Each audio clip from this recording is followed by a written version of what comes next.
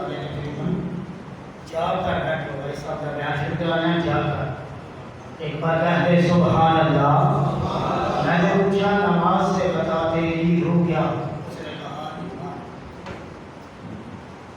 میں نے پوچھا نماز سے بتا تیری روح کیا اس نے کہا ایمان ایک بار کہتے سبحان اللہ میں نے پوچھا نماز سے بتا تیری روح کیا اس نے کہا ایمان روزے سے پوچھا بتا تیری روح کیا اس نے کہا ایمان صدقے سے پوچھا بتا تیری روح کیا اس نے کہا ایمان خیرات سے پوچھا بتا تیری روح کیا اس نے کہا ایمان جب باری آئی ایمان کی ایمان سب اسے بتا رہی ہے روزہ یہ بتاتا ہے کہ میری روح ایمان ہے صدقہ یہ بتاتا ہے کہ میری روح ایمان ہے حج یہ بتاتا ہے کہ روح میری ایمان ہے اے ایمان اب تو بتا تیری روح کیا ہے میں ان سے پاک میں آنے والوں ایمان بول اٹھی میری روح محبت رسول ہے میری روح محبت رسول ہے اور جانو دل سب نثار کرتے ہیں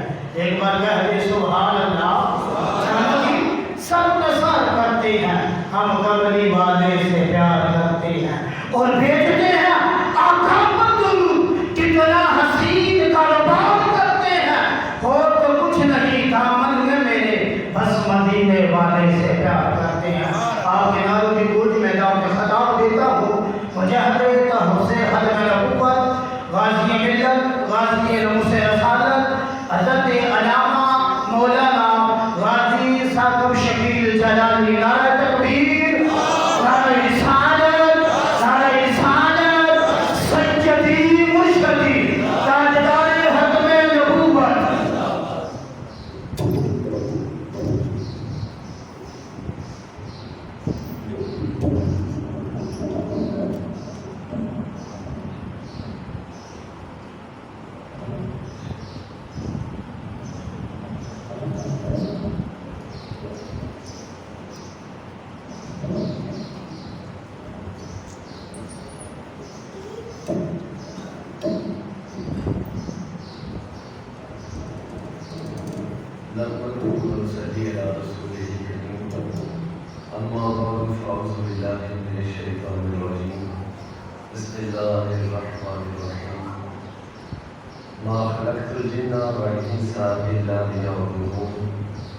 صدق اللہ العظیم وصدق رسوله النبی الکریم الامین ان اللہ وملائکتہ یصلون علی النبی یا ایھا الذین آمنوا صلوا علیہ وسلموا تسلیما محبت سے درود و سلام پڑھیے السلام علیکم یا رسول اللہ وعلی آلہ وصحبہ یا سیدی یا حبیب اللہ الصلاۃ والسلام علیک یا سیدی یا رحمۃ للعالمین وعلی آلہ وصحبہ یا سیدی یا خاتم النبیین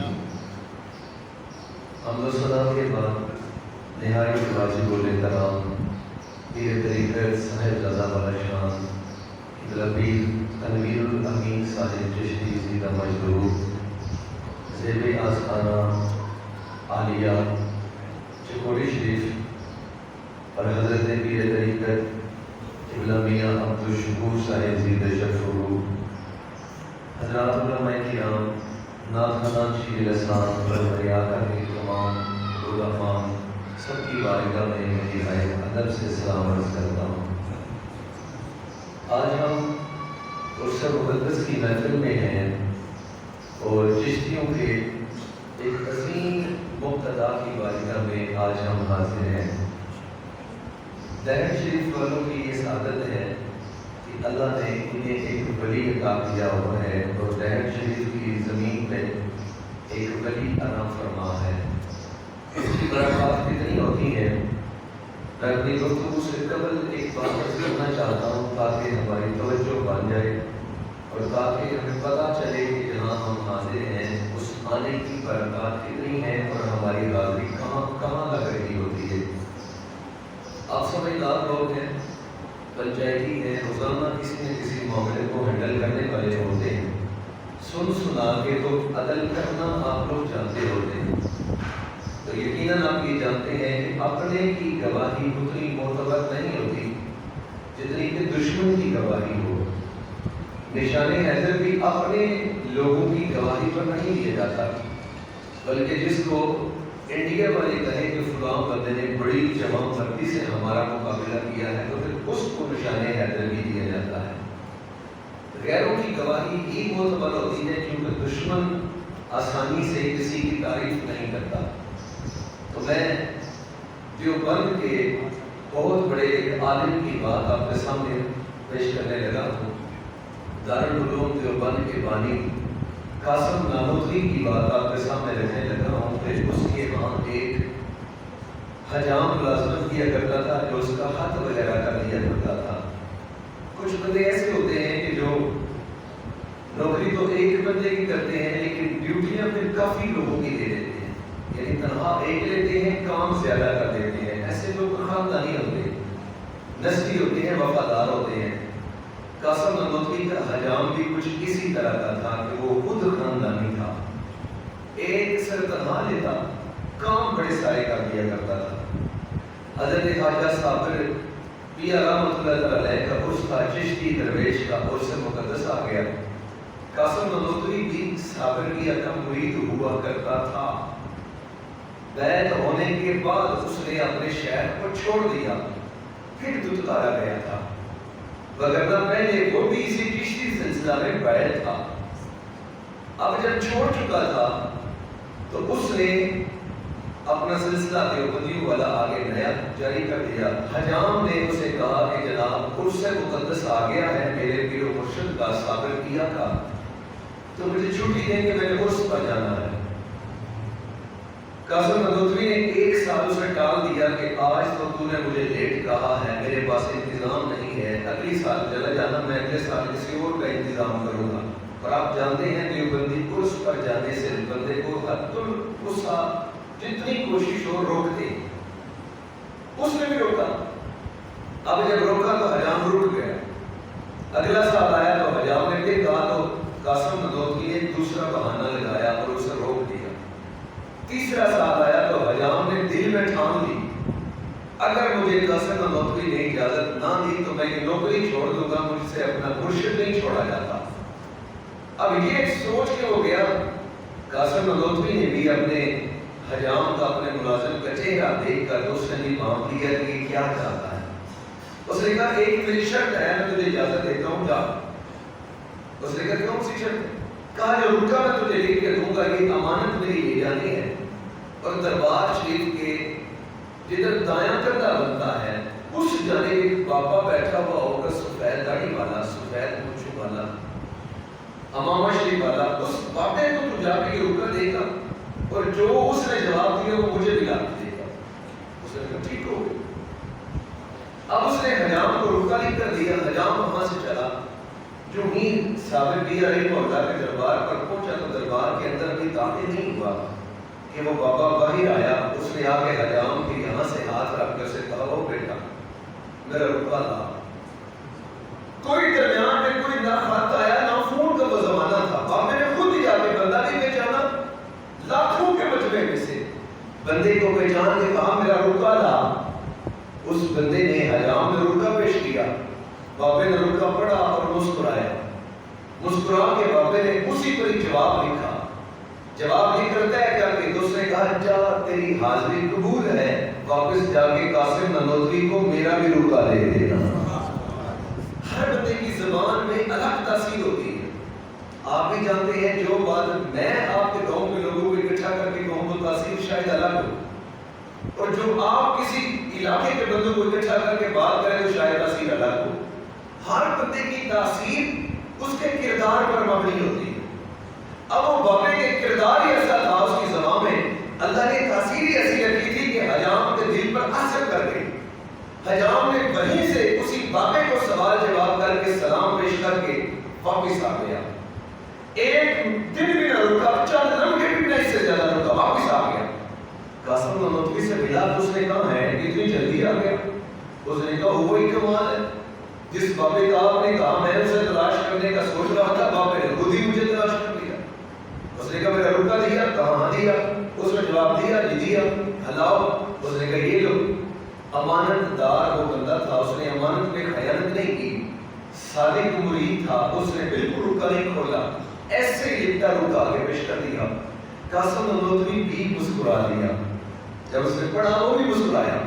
حجام کہتا ہے جناب یہ تو بتائیں آپ نے رکا لکھ کے دیا, میں امانت کے طور پر وہاں لے کے گیا, پاپا بھی پڑھ کے مسکرایا, اس نے لکھ کے دیا آپ کو, آپ بھی مسکرائے اور کہتے بھی ہو کہ عرس پر جانا بھی نہیں ہے, کہتے بھی ہو کہ وہاں عرس پر ملتا کیا ہے اور پاپے کے ساتھ رابطہ بھی ہے, وہ پاپا کون ہے, یہ رکا کیا ہے, آپ نے کیا لکھا, اس نے کیا کہا اور یہ مسکرانا کیا ہے. قاسم نانوتوی نے ٹالنا چاہا لیکن حجام تھا, اس نے بھی اصرار کیا. اب جب اس نے ضد کی تو قاسم نانوتوی نے اس کو بتا دیا. اس نے کہا جو وہاں پاپا تھا وہ کوئی اور نہیں تھا, وہ خود صابرپیہ تھے جن کا عرس مقدس تھا. اور اس نے کہا کہ کتابوں میں لکھا پڑا ہے کہ جو صاحب تصرف اللہ کے ولی دنیا سے چلے جاتے ہیں یہ فقط پردہ کرتے ہیں. میرے محبوب علیہ السلام کی حدیث پاک کا مفہوم ہے جب دنیا سے یہ جاتے ہیں تو ان کا ایک درجہ رب کی جانب توجہ رہتی ہے اور 9 درجے پھر یہ مخلوق کی رہنمائی کرنے میں لگ جاتے ہیں.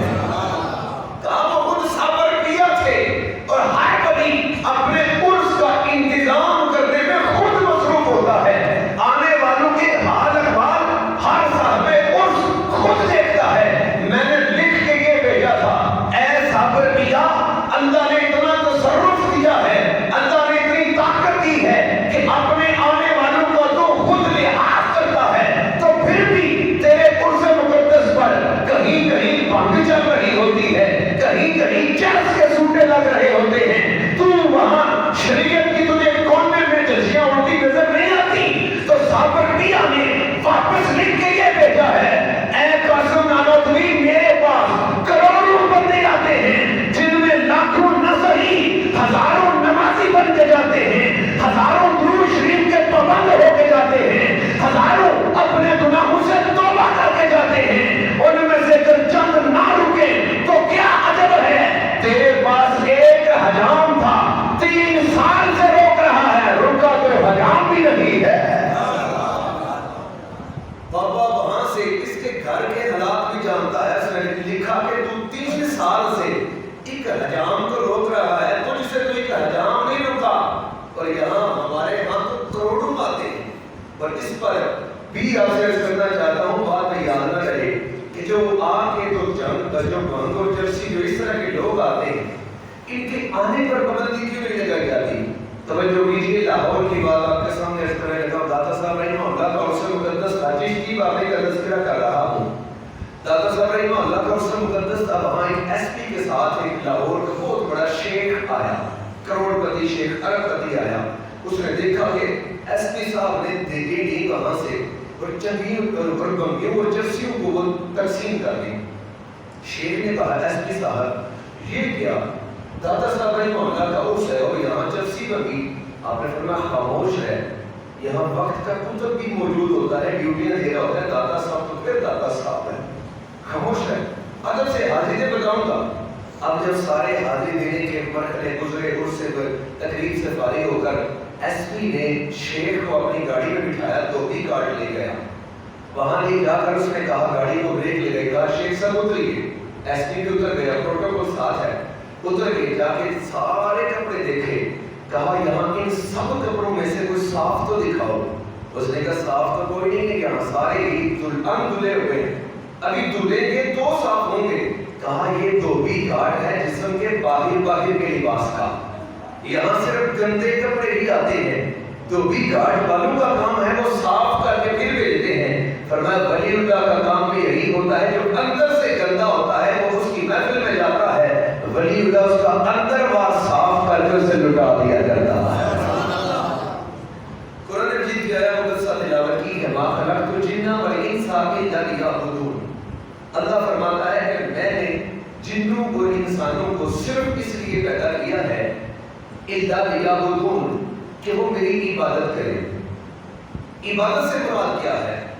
حضرت علامہ جلیج علیہ رحمہ فرماتے ہیں عبادت سے مراد ہے کہ اللہ کی معرفت, علم معرفت حاصل کیا جائے۔ حضرت مجاہد تابعی رحمۃ اللہ علیہ فرماتے ہیں کہ الا لیعلمون سے مراد ہے الا لیعرفونی۔ اللہ فرماتا ہے کہ عبادت سے مراد یعنی فرمانا چاہتا ہے، مجاہد تابعی رحمہ اللہ نے اپنی کتاب میں لکھا کہ اللہ فرمانا چاہتا ہے کہ لیعلمون سے مراد ہے لیعرفونی، میری معرفت کو حاصل کیا جائے۔ معرفت حاصل کیسے کی جاتی ہے؟ معرفت ہوتی کیا ہے؟ معرفت کو کہتے ہیں کسی چیز کی پہچان کرنا، کسی بھی چیز کو پہچاننا۔ پہچان کیسے ہوتی ہے؟ سب سے پہلے اس کا علم ہونا چاہیے۔ آپ کے پاس گاڑی ہے، آپ نے گاڑی خریدنے سے پہلے گاڑی کا علم حاصل کر لیا کہ یہ گاڑی کی قسم کون سی ہے، پراڈو ہے، لینڈ کروزر ہے، جیپ ہے، گاڑی کار ہے، ویگن ہے، بس ہے، کیا ہے؟ تمام قسموں میں سے آپ نے اگلا علم حاصل کیا کہ کون سی قسم ہے۔ یہ تمام تر علوم کہلاتے ہیں، علم کہلاتے ہیں۔ علم کہتے ہی جاننے کو ہے۔ علم کے بھی معرفت کے بھی آگے پھر دو قسمیں ہوتی ہیں۔ معرفت پھر حاصل ہوتی ہے، پہلی اس کی علم جو قسم ہوتی ہے وہ ہے علم ظاہر، جسے ہم شریعت کا علم کہتے ہیں۔ تمام مشائخ اس بات پر بالکل متفق ہیں کہ جس کے پاس علم شریعت نہ ہو اس پر کبھی بھی علم باطن ظاہر نہیں ہوتا۔ حتیٰ کہ ہمارے اسلاف نے شاہ اللہ احرار رحمہ اللہ فرماتے ہیں جس کو علم شریعت نہیں اور وہ فقیر بنے اور کہلائے کہ میں فقیر ہوں، تو وہ فقیر نہیں بلکہ زندیق ہوتا ہے۔ زندیق کے درجے پر وہ چلا جاتا ہے، اتنا گمراہ ہو جاتا ہے۔ علم شریعت پہلا علم ہے، کیونکہ نبی کریم علیہ السلام اس علم کو متعارف کروانے والے ہیں۔ انما بعثت معلما کی شان دے کر سرکار اس دنیا میں تشریف لائے۔ حلال اور حرام کا علم میرے محبوب نے عطا کیا، حق اور باطل کا علم میرے محبوب نے عطا کیا، اللہ کی پہچان کا علم میرے محبوب علیہ السلام نے عطا کیا۔ یہ سارے علوم شریعت میرے محبوب علیہ السلام نے عطا فرمائے۔ اسی لیے تو ہر بندے پر، مرد اور عورت پر علم حاصل کرنا فرض ہے۔ اور وہ کتنا فرض ہے؟ ضروریات دینیہ فرض ہے۔ اگر کسی نے ضروریات دینیہ سیکھ لیے تو یہ ہر ایک پر فرض ہے، اس کا فرض پورا ہو جائے گا۔ لیکن یہاں بات معرفت کی ہو رہی ہے۔ علم شریعت، علم شریعت کے ماخذ آگے پھر چار ہے۔ سب سے پہلے قرآن، نمبر 2 احادیث مبارکہ، نمبر 3 اجماع اور نمبر 4 قیاس۔ ان چار پر تمام علوم شریعہ کی جو بنیاد کھڑی ہے۔ سمجھے کہ ان کے نیچے یہ چار پائے ہیں، ان میں سے ایک بھی پیچھے ہٹا تو اوپر والی بلڈنگ کو فرق پڑ جائے گا، دراڑ پڑ جائے گی۔ قرآن کا علم بھی ہونا چاہیے، حدیث کا علم بھی ہونا چاہیے، پر ہمارے ہاں افسوس سے کہتا ہوں کچھ اس گاؤں میں بدبخت ہیں جو صرف 2 پلر پر ہی سارا چھت کھڑا کرنا چاہتے ہیں، کہتے ہیں دوسرے 2 کی ضرورت ہی نہیں ہے۔ حالانکہ عقل بھی تسلیم کرتی ہے کہ ہر چیز کے پائے 4 ہوتے ہیں، ایسا نہیں ہوتا۔ اب صرف 2 پلر پر بنیاد کون سی کھڑی کرو گے کہ ادھر کہاں اس کا پایا کیا لگاؤ گے؟ اگلے 2 بھی ہیں اجماع اور قیاس۔ میرے محبوب علیہ السلام نے صرف ہمیں اصول ادا کیے ہیں جو قیامت تک بدلی نہیں ہوں گے، ورنہ شریعت لچکدار ہے۔ اگر صرف حدیث پاک کو ہی لیا جائے تو پھر انٹرنیٹ کے مطابق جتنے جرائم ہوں گے ان پر فتویٰ کہاں سے لگائیں گے؟ اگر صرف حدیث مبارکہ اور قرآن پر ہی ہمیں رکنا پڑے، اجماع اور قیاس ہم چھوڑ دیں، تو پھر بتاؤ جو سود کی نئی نئی قسمیں متعارف ہو رہی ہیں اس پر فتویٰ کہاں سے لگائیں گے؟ پھر تو حاشا جائے ہو گئے۔ لہذا قرآن، حدیث، اجماع اور قیاس، ان 4 چیزوں پر ہمارے ایمان کی بنیاد کھڑی ہے۔ ان علوم شریعہ ان 4 پر کھڑے ہوتے ہیں، اور جس بندے کے پاس علوم صرف شریعہ ہوں کبھی وہ معرفت حاصل نہیں کرتا، جو کہ یہ باطن کے علوم ہیں۔ اور علم کی دوسری قسم علم باطن ہے۔ علم باطن سے مراد نبی کریم علیہ السلام کی حدیث مبارکہ حضرت ابو ہریرہ رضی اللہ عنہ اس کے راوی ہیں۔ آپ فرماتے ہیں میرے محبوب علیہ السلام نے مجھے 2 طرح کے علم عطا کیے ہیں۔ ایک ہے علوم شریعہ، علوم ظاہر جس سے میں لوگوں کو استفادہ کرتا ہوں۔ دوسرا ہے علوم باطن، فرمایا اگر یہ میں لوگوں کے سامنے عام لگا دے، لوگ مجھے قتل کر دیں۔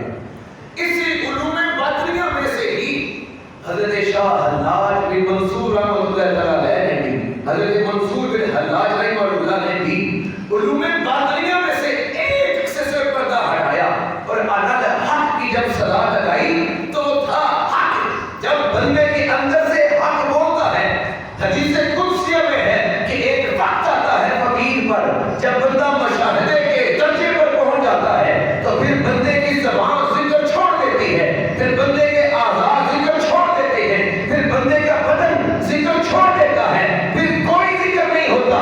بلکہ علماء کرام فرماتے ہیں کہ جب بندہ مشاہدے کی حدوں کو پہنچ جاتا ہے پھر انسان کا جسم ذکر سے فارغ ہو جاتا ہے، پھر اللہ اس بندے کے ہاتھ بن جاتا ہے، اللہ اس بندے کے پاؤں بن جاتا ہے، اللہ اس بندے کی زبان بن جاتا ہے، پھر وہ بندہ نہیں بولتا بلکہ وہ رب تعالیٰ ہی ارشاد فرما رہا ہوتا ہے۔ اب آپ نے علوم باطنیہ میں سے صرف انل حق کو ظاہر کیا کہ مجھ سے خدا بول رہا ہے، اس کی ایک چیز ظاہر کی، لوگوں نے فتویٰ لگا کے تو آپ کو قتل کر دیا تھا۔ بات آپ کے سامنے اور عرض کرنا چاہتا ہوں، نبی کریم علیہ الصلوۃ والسلام کے غلاموں، اب یہ علوم شریعہ اور علوم باطنیہ ان دونوں کا جو منبع ہے، انہی کو لے کر ہی جو چلنے والے ہوتے ہیں، یہی معرفت کا جام پیتے ہیں۔ حضرت شیخ عبد القادر جیلانی علیہ رحمہ 11ویں والے پیر فرماتے ہیں کہ علوم شریعہ کے ذریعے جو بندہ مشاہدات کی زندگی تک پہنچتا ہے وہ مختلف حدیں عبور کرتا ہوا جاتا ہے۔ مختلف حدیں عبور کرنے والی وہ حدیں کون سی ہیں وہ بھی عرض کرنا چاہتا ہوں۔ سب سے پہلی ہے مراد و وظائف، جو بندہ ورد وظیفے کرتا ہے، اس سے اہل ذوق بھی فائدہ اٹھاتے ہیں اور گمراہ بندہ بھی اس سے فائدہ اٹھا سکتا ہے۔ عام سلام میں یہ پہلی سٹیج ہے، مراد و وظائف، سبحان اللہ سبحان اللہ سبحان اللہ سبحان اللہ الحمدللہ الحمدللہ اللہ اکبر اللہ اکبر اللہ اکبر۔ ہم ہر نماز کے بعد اس سے بھی پڑھتے ہیں اللہ اللہ اللہ اللہ اللہ اللہ اللہ اللہ۔ گناہ گار بھی پڑھ رہا ہوتا ہے۔ کچھ بندے اس کی حد کے اندر ہوتے ہیں، جیسے کچھ بندے صرف سپاہی ہوتے ہیں، پھر اس سے اوپر جو حد ہوتی ہے اسے کہتے ہیں لطائف۔ لطائف آگ بھڑکانے والی چیز کو کہتے ہیں، یہ کبھی بھڑک جاتی ہے کبھی فوراً بجھ جاتی ہے، اس کی کبھی بھی ایسے توازن نہیں رہتا کہ بھڑکی ہے تو بھڑکی ہے۔ اور آپ کبھی نوٹ کرنا کہ آپ محفل میں ہوتے ہیں تو آپ ذکر کرتے کرتے، جیسے ابھی میں آپ سے کہوں گا ایک دفعہ کہیے سبحان اللہ، کہہ دو نا سبحان اللہ۔ اب آپ نے سبحان اللہ کہا کہ ذکر اللہ، آپ محفل میں بیٹھ کے ذکر سنتے بھی رہے اور ذکر کرتے بھی رہے، کسی نہ کسی طرح سے اس کا آپ کے اوپر فضل ہوا اور کسی بندے کا محفل میں دیتا گیا، وہ دنیا کو وقتی طور پر بھول گیا، اس کے غم بھی بھول گئے اور وہ چاشنی میں آ گیا۔ یہ ہے لطائف، یہ دوسرے درجے کی حد میں آیا، لیکن یہ پکے نہیں ہیں۔ انسان کو محفل میں بیٹھ کے کبھی کبھی ناموس رسالت کا تذکرہ شروع کرے تو دل کرتا ہے میں ابھی اپنے معبود کے لیے جان پیش کر دوں، لیکن محفل سے اٹھتا ہے تو وہ جذبہ نہیں رہتا۔ یہ ہے وہ دوسری حد لطائف کی۔ تیسری حد آگے ہے لا الہ الا اللہ، یہ تیسری حد ہے۔ اس میں وہ لوگ پہنچتے ہیں جو اپنی آنکھ بڑھا کے اور پھر اپنے شیخ کی بارگاہ میں یوں ہاتھ میں ہاتھ دے کر اپنا سودا کرتے ہیں۔ بیعت کیا ہوتی ہے؟ بیعت کا معنی ہوتا ہے بک جانا، بے۔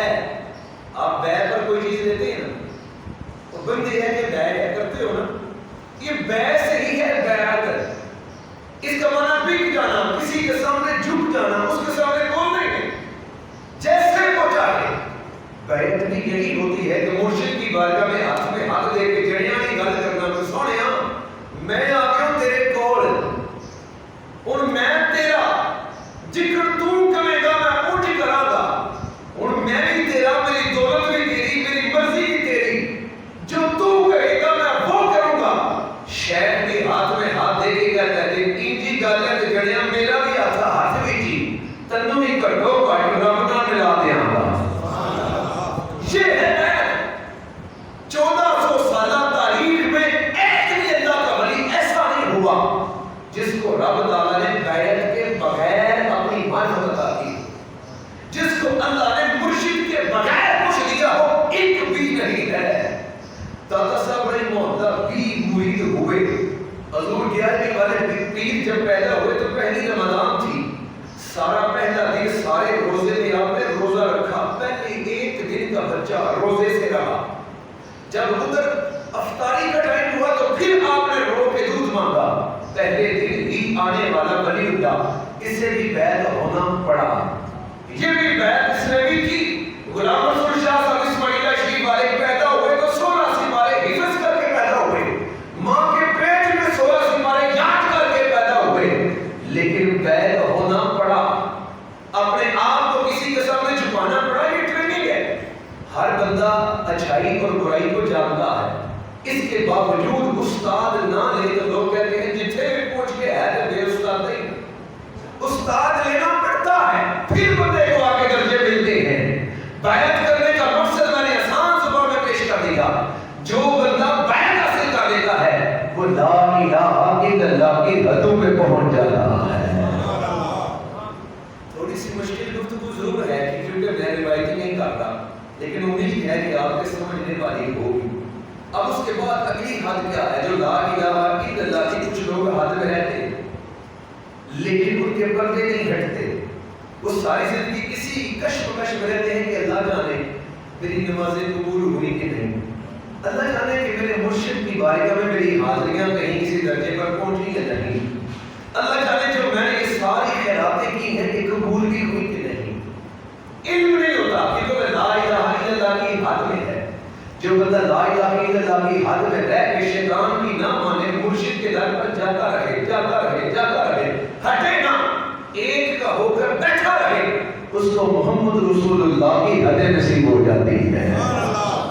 چوتھی حد ہے محمد رسول اللہ. اس پر مشائخ فرماتے ہیں کہ لوگوں سنو, ہر بندے کی حد اپنی ہے, ہر بندے کا درجہ اپنا ہے. کوئی سپاہی, کوئی تھانے دار, کوئی ڈی ایس پی, کوئی ایس پی تو کوئی آئی ٹی ہوتا ہے. سنو, کوئی ایسا جو صرف قرآن و وظائف تک, کوئی ایسا جو لقائف تک, کوئی ایسا جو نفی اسماء تک, کوئی ایسا جو محمد رسول اللہ تک بھی پہنچ جاتا ہے.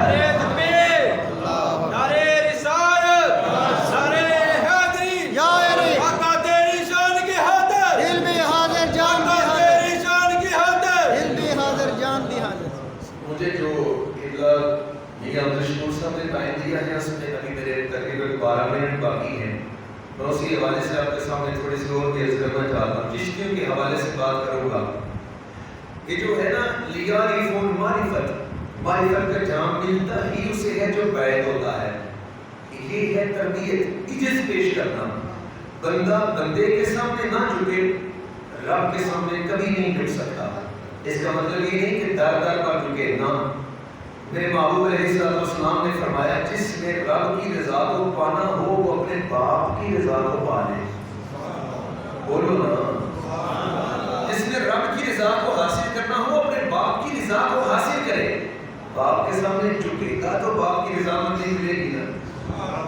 جھکے گا نا, اگر کہے گا اوے ابا تو ابا کبھی راضی نہیں ہوگا, اور یوں کہے گا جی ابا جی. اف بلا تنہرہما, قرآن فرماتا ہے والدین کے سامنے اف بھی نہ کہو, جانتے ہوئے کہ وہ آپ کو تکلیف دے رہے ہیں, جانتے ہوئے کہ وہ آپ کو شدت سے ڈانٹ رہے ہیں, تم اف بھی نہ کہو. یہ نہیں کرو گے. تمام حلال اور حرام کی تمیزوں پر سرکار بیعت فرماتے, مردوں سے بھی کرتے. ہر صحابی رسول نے سرکار کے ہاتھ پر بیعت کی ہے. اب مجھے کوئی دنیا کا کوئی بندہ یہ چیلنج کرتا ہوں میں, مجھے بتائے کہ سرکار نے سیاسی بیعت اور کی اور مذہبی بیعت اور کی. سیاست مذہب سے جدا ہے ہی نہیں اور مذہب سیاست سے جدا ہے ہی نہیں. یہ تو انگریز کی ساری چالیں ہیں جو آج سیاست اور ہے مذہب اور ہے. وگرنہ میرے محبوب علیہ السلام کیا ریاست مدینہ کے شہنشاہ نہیں تھے؟ کیا حضرت ابو بکر صدیق پہلے خلیفہ نہیں تھے؟ کیا عمر فاروق پہلے خلیفہ نہیں تھے؟ کیا اس وقت گورنر کا دربار خود مسجد نبوی شریف نہیں تھی؟ یعنی تمام جتنی بھی اسلامی سلطنت تھی اس کا جو امیر حضرت عمر فاروق تھے ان کا دربار منبر شریف نہیں تھا؟ کیا حضرت عثمان غنی بادشاہ نہیں تھے؟ کیا علی شیر خدا حضرت خلیفہ نہیں تھے؟ اس وقت بتاؤ نا دین الگ تھا یا سیاست الگ تھی؟ قطعاً نہیں. جو خلیفہ نامزد ہوتا تھا وہی جماعت بھی کرواتا تھا. وہ جمعہ بھی پڑھاتا تھا, وہ عید بھی پڑھاتا تھا, وہی سب کا پیشوا رہنما ہوتا تھا. دین سیاست سے جدا نہیں تھی. میرے محبوب ہر ایک کو بیعت کرتے تھے. اب بیعت کی آگے پھر اور قسمیں بھی ہیں. آگے ان قسموں کو علماء کرام نے فرمایا کہ سرکار نے ایک اور جگہ پر سیاست کی بیعت الگ کی ہے. وہ کون سی ہے؟ وہ ہے حدیبیہ کے موقع پر کرنے والی بیعت. جب حضرت عثمان غنی رضی اللہ تعالیٰ عنہ کو آپ نے بھیجا, جاؤ مکے کے حالات معلوم کرو, ان سے ملو کہ ہم عمرے کے لیے صرف آ رہے ہیں, تو انہوں نے حضرت عثمان کو وہاں روک لیا. سرکار نے وہاں بیعت کی اور سب سے اوپر اپنا ہاتھ رکھ کے کہا کہ یہ عثمان کا ہاتھ ہے. وہ تھی سیاست کی بیعت, وہ تھی, لیکن وہ سیاست بھی دین سے جدا نہیں تھی. لہذا ہر صحابی کو جب سرکار نے بیعت کیا تو اس کی پچھلی زندگی الگ, اس کا آگے وعدہ کیا کہ یہ تو یہ کرے گا, اگر یہ کرے گا تو پھر میں تجھے اللہ سے جزا لے کے دوں گا. یہ بیعت آج کل کا یہ کانسیپٹ ہے, تقریباً 150 سال پہلے انگریز نے یہ بیعت کا کانسیپٹ توڑا ہے. پھر یہ دارالعلوم دیوبند والے انہوں نے اس پر کام کیا ہے. ایویں ہی نہیں انگریز 600 روپیہ مہینے کا فنڈ دیتا تھا صرف درس پڑھانے کا. اس وقت کا 600 ایویں نہیں مل جاتا تھا. ہمارے لوگ ایویں نہیں بھوکے مر گئے اور سیل نہیں ہوئے. ایویں نہیں سارے سسٹم چلتے کہ ایک مولوی آئے اور پیچھے 70 گاڑیاں آئیں اور نام مولانا فضل الرحمان کے لائے. شاہ احمد رانی بھی آتا تھا, ساری زندگی اس نے کرائے کے مکان میں گزاری ہے. امام شاہ احمد رانی صدیقی نے ایسے نہیں کرائے کے مکانوں میں رہنے ہوتا. ضمیر جب تک بیچے نا تو یہ والی سہولتیں اتنی جلدی قریب نہیں آتی. آگے سنیے, آل اللہ کی باتیں آپ سے عرض کرنا چاہتا ہوں. جب معرفت کا جام مل جائے تو پھر ہوتا کیا ہے؟ اختتام کی جانب لاتا ہوں. معرفت کا جام ملنے والوں میں نبی کریم علیہ الصلوۃ والسلام سے بڑی معرفت کس کو حاصل ہوئی؟ میرے محبوب علیہ الصلوۃ والسلام, حدیث پاک ہم نماز پڑھا رہے, ہاتھ آگے کیا پھر پیچھے کر لیا. صحابہ نے پوچھا حضور یہ کیا ہوا؟ کبھی ایسے نہیں ہوا. فرمایا آج میں نے ہاتھ بڑھایا, دل چاہا تو جنت میں میرا ہاتھ پہنچا. وہاں میں نے انگور کا گچھا پکڑا, توڑنا چاہا, توڑا نہیں, واپس کر لیا. ایسے صحابہ اگر توڑ کے لے آتا, اتنا بڑا تھا کہ تم سارے اسے کھاتے رہتے, کبھی ختم نہ ہوتا. طاقت ہے اس میں مصطفیٰ کریم علیہ الصلوۃ والسلام کی. ہم دور سے ایک دیگ نہیں اٹھا سکتے ایک ہاتھ سے, جو 50 بندوں کے لیے صرف پوری ہوتی ہے. میرے محبوب کے پنجے کی طاقت کیا ہے, جاتا کہاں ہے, وہاں سے گچھا کتنا بڑا جو ساری دنیا ہی کھائے تو ختم نہ ہو. طاقت کتنی ہے. ہم ایک دیگ نہیں اٹھا سکتے ایک ہاتھ سے, تو میرے محبوب کتنا بڑا گچھا اٹھا سکتے ہیں. کتنے پردے ہٹے, کتنا راستہ سمٹا. اس کی خیرات ملتی ہے جس کو معرفت کا جام ملے. ان میں سے آپ کے سامنے عرض کرنا چاہتا ہوں, حضرت پیر پٹھان رحمۃ اللہ تعالی علیہ کا تذکرہ پیش کرنا چاہتا ہوں. حضرت پیر پٹھان رحمہ اللہ ایک دفعہ اپنا حلق کروا رہے تھے. حجام آپ کا سر کے بال کاٹ رہا تھا, آدھے بال کاٹ چکا کہ اس کے آنسو ٹپ کے رونے لگا. آپ نے پوچھا کہ حجام کیا ہوا؟ عرض کرتا ہے کہ یار شاید کتنا ہی عرصہ ہو گیا, میرا بچہ گھر سے غائب ہے, حضور میرا بچہ نہیں ملا. آج شفقت پدری کے تحت میرے آنسو جاری ہو گئے. حضرت پیر پٹھان شاہ سلیمان توسلی علیہ رحمہ, آپ کی رحمت کا دریا جوش میں آیا, تصور کا تصرف حاصل تھا. آپ نے فرمایا بالوں کو چھوڑ دے, ورنہ آج کا ہوتا تو کہتا آدھے بال تو نے کاٹ لیے, آدھے باقی ہیں. ارے یہ کیا, میرے بال کو کاٹ. لیکن اللہ کا ولی تھا, دلوں کے حال جانتا تھا. ہساتوں کو رولانا اللہ کے ولی کا کام نہیں, بلکہ روتو کو ہنسانا اللہ کے ولی کا کام ہے. فرمایا حجام جا, گھر میں جا کے دیکھ کیا, تیرا بچہ تو گھر میں آیا ہوا ہے, تو کیوں رو رہا ہے؟ اور وہ حجام دوڑتا ہوا گھر گیا, جا کے دیکھا بچہ جوان ہو چکا ہے, اپنی ماں سے گلے لگ کے, ماں بھی رو رہی ہے, بیٹا بھی رو رہا ہے. بیٹے سے پوچھا بیٹے تو کیسے آیا؟ اس نے کہا ماں دلی کے بازار سے مجھے کوئی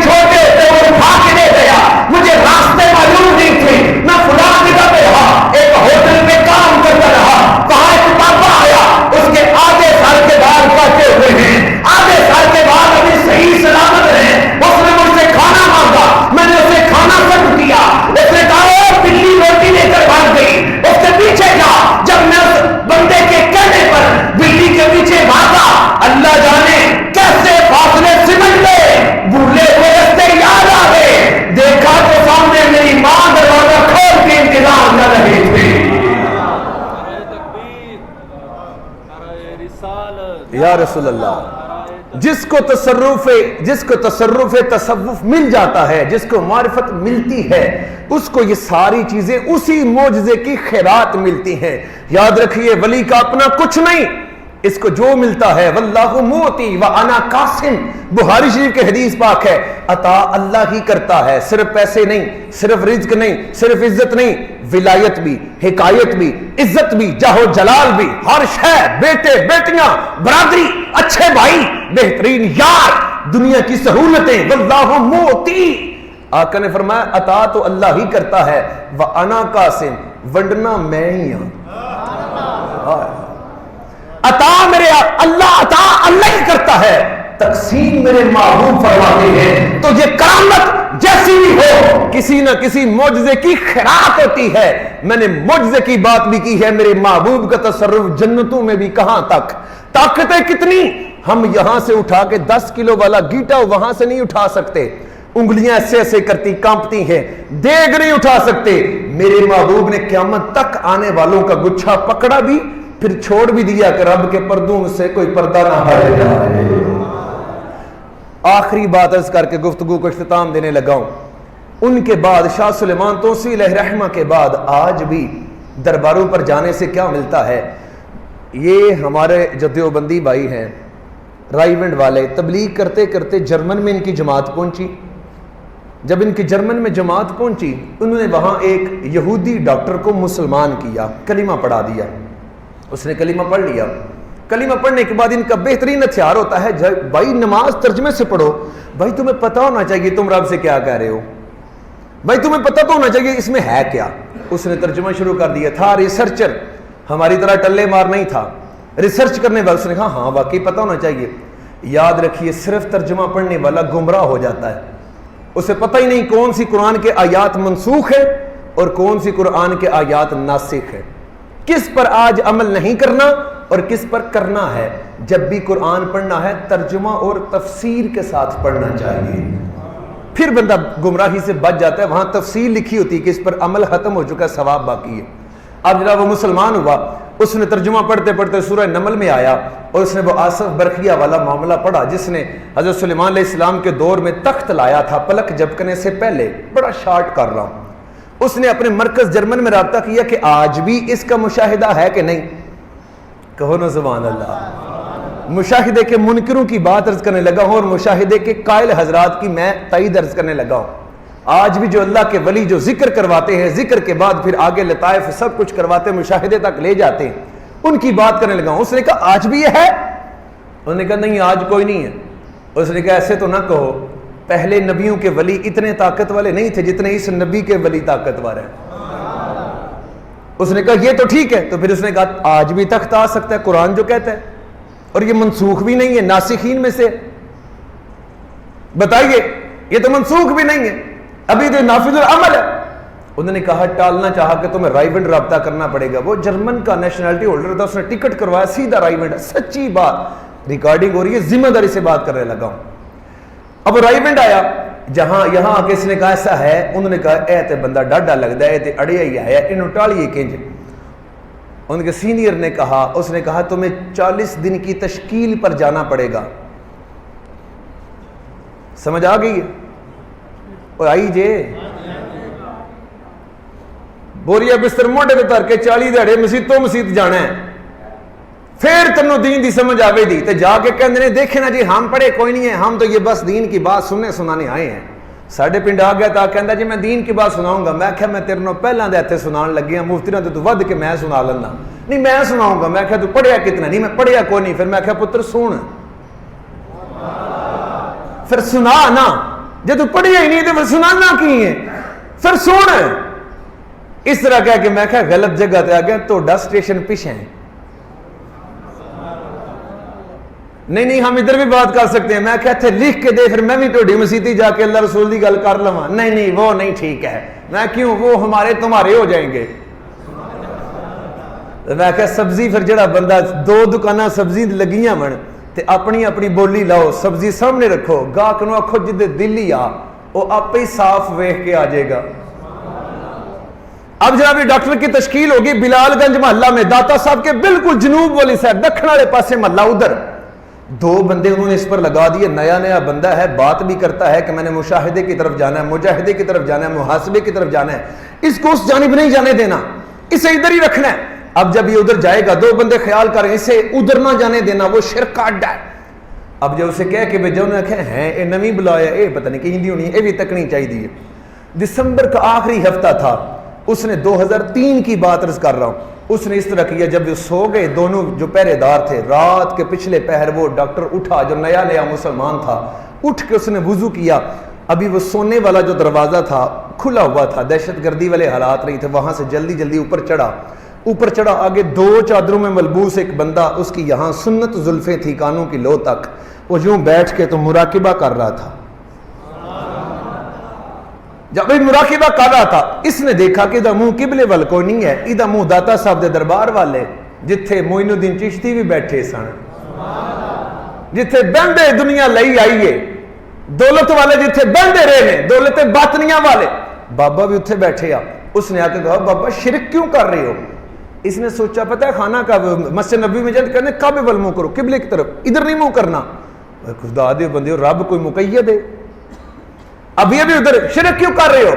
بابے نے ایسے کر کے دیکھا، پھر اپنے محب ہو گیا، پھر اس نے کہا بابا شرک کیوں کر رہے ہو؟ بابے کا ناشتہ کرے گا، آیا سوال کچھ اور ہے، جواب کچھ اور ہے۔ اور یہ سوال کہاں سے لے کے، جرمن سے لے کے چلا ہے کہ آج بھی تخت آ سکتا ہے کہ نہیں۔ اب اس نے کہا بابے نے کہا ناشتہ کرے گا، اتنی دیر میں دونوں وہ پہرے دار جو دیوبندی تھے وہ بھی پہنچ آئے، چلے والے۔ انہوں نے کہا ڈاکٹر صاحب ادھر نہیں جانا، ڈاکٹر صاحب بابے نے ایسے کر کے تھا، چپ کر کے بیٹھ گئے وہ بھی۔ اس نے کہا ڈاکٹر نے بھی کہا خاموش، بیٹھ گئے۔ ڈاکٹر کہنے لگا اگر ابھی کروا دو تو کر لیں گے ورنہ میں جلدی میں ہوں۔ بابے نے کہا بیٹھ جاؤ، وہ تینوں بیٹھ گئے۔ بابے نے اپنی چادر کے اندر یوں ہاتھ کیا، یوں ہاتھ کر کے بابے نے ٹرے میں سے جرمن ناشتہ نکال کے اس کے یوں سامنے رکھا۔ 2003 میں ہمارے پاس بھی چند افراد کے پاس فون آ چکے تھے، ڈاکٹر جرمن سے آیا تھا، اس نے اسی وقت اپنا موبائل نکالا، اپنی وائف کے ساتھ، اس نے بیگم کے ساتھ کال ملائی اور کال ملا کے کہنے لگا کہ جو میں نے آخری دفعہ شادی کی سالگرہ پر، اینیورسری پر جو میں تمہیں برتن گفٹ کیے وہ کہاں ہیں؟ بیگم نے کہا ابھی ایک بابا آیا ہے، 2 چادریں اس نے لی ہوئی ہیں، ایک سے 17 ڈانپا ہے، ایک سے اوپر بکل لی ہوئی ہے، اس کی اتنی زلفیں ہیں، اتنی تاثیر والا بابا۔ اس نے مجھے کہا بیٹا کھانا دو، اتنے پیار سے کسی نے کہا نہیں، مجھے تیری یاد تڑپا رہی تھی، میں نے تیری محبت میں، تیرے دیے ہوئے برتنوں میں اسے ناشتہ دیا ہے، یہ دروازہ ہل رہا ہے، ابھی باہر نکلا ہی ہے۔ اس نے کہا دیکھ بابا ادھر ہے، اس نے کہا ہاں بابا ادھر ہے، کہتا ہے نہیں وہ ناشتہ بھی ادھر ہے، وہ بابا بھی ادھر ہے۔ بابے نے کہا اے چپ کر، یہ داتا کی نگری ہے، شور نہ کر، تخت بھی ایسے ہی آیا تھا۔ یہ ہیں ہمارے اہل اللہ، جن لوگوں نے صرف اوراد و وظائف تک نہیں، سبحان اللہ اللہ اللہ تک نہیں رہے، یہ آگے اپنی حدیں عبور کرتے گئے، پروموشن ہوتی رہی، کرتے کرتے محمد رسول اللہ کی حدوں میں پہنچے ہیں، اس سے آگے حد کوئی نہیں۔ وہاں جس کو جو ملے گا کسی نہ کسی معجزے کی خیرات ہی ملے گی، اور جس کو محمد رسول اللہ مل گئے سمجھو اس کو کل کائنات مل گئی۔ آج خواجہ احمد الدین رحمہ اللہ کا عرس مقدس ہے، یقیناً بالیقین آپ کی روح مبارکہ بھی آج اس محفل پاک کو ملاحظہ کر رہی ہوگی، اور جو خواجہ شاہ سلیمان علیہ رحمہ سے فیض لینے میں کامیاب ہو گئے تو جس کے پاس جو ہوتا ہے وہی بانٹتا بھی ہے۔ آج میری دعا ہے اللہ بالخصوص پورے دہڑ پر اپنا فضل فرمائے، اور بابا جی کے علوم میں سے اللہ ہمیں بھی خیرات عطا فرمائے، اور بالعموم اللہ اس پورے علاقے پر اپنا خاص فضل فرمائے، اور سب کو عقیدہ اہل سنت والجماعہ عطا فرمائے۔ وما علیہ الا البلاغ المبین۔